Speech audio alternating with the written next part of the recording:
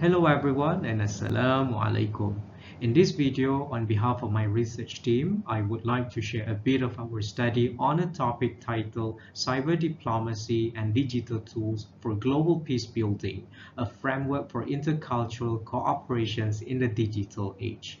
I am Abdul Hadi bin Abdul Talib from the Faculty of Computer and Mathematical Sciences from UITM Sarawak.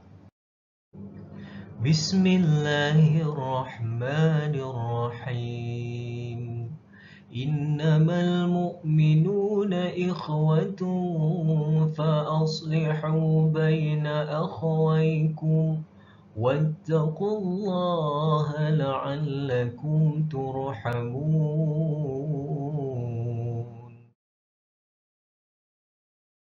As we are living in a digital age, the rapid growth of digital technologies has reshaped the global landscape. It has transformed the way we live, the way we work, and even interact.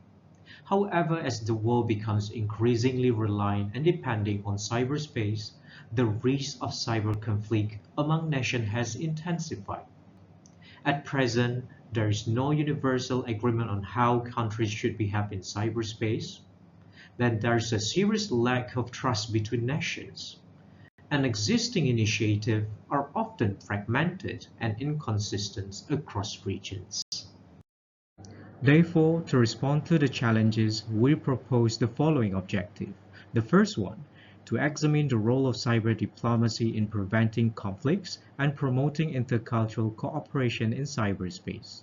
Second is to explore how digital tools can support ethical and inclusive diplomatic engagement. And lastly is to propose a 5-stage cyber diplomacy engagement framework for peace building and global digital governance. Now, let me introduce the 5-stage cyber diplomacy engagement framework that our study proposed. Stage number 1, national capacity building. Every nation must first build its own capacity. Without this foundation, international cooperation will always be weak. Stage number 2, bilateral or multilateral agreements. Agreements like this show the importance of collaborations across borders. Stage 3, establishing norms and values. These efforts are like writing a digital code of conduct so that all nations know what is acceptable and what is not in cyberspace. Stage number 4, multi-stakeholder engagement. This stage number 4 is about involving more than just governments. When more voices are included, decisions are fairer and more effective. Lastly, stage number 5, continuous monitoring and adaptation. This ensures that agreements do not become outdated and can respond to new challenges. Now, let me briefly explain the methodology behind this study.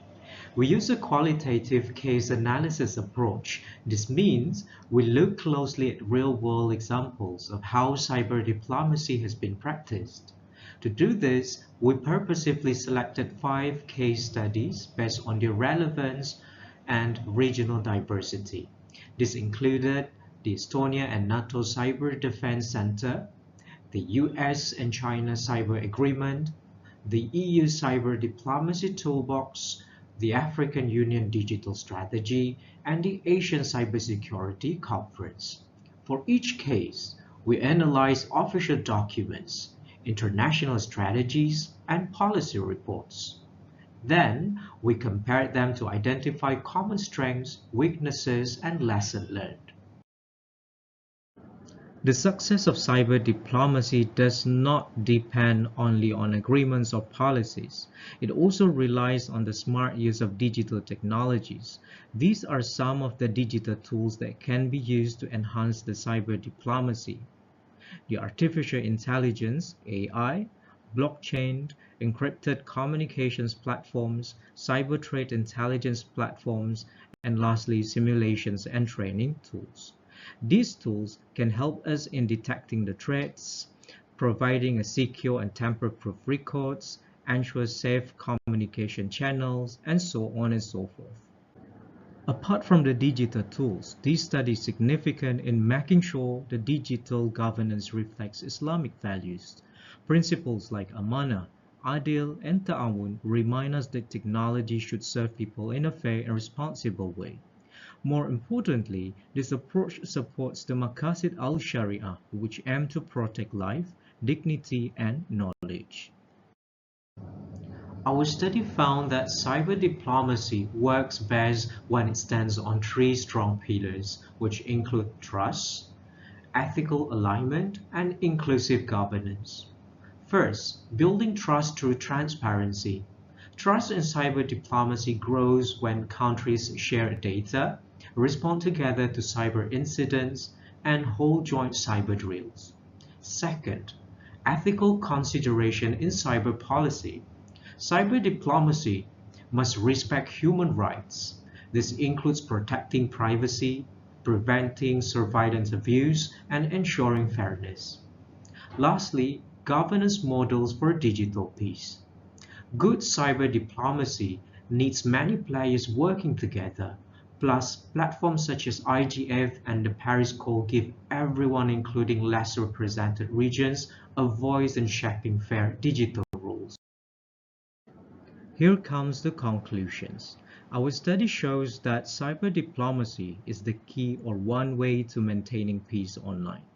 But then, for it to work, it must stand on three pillars, which include the trust, ethics, and also inclusive governance.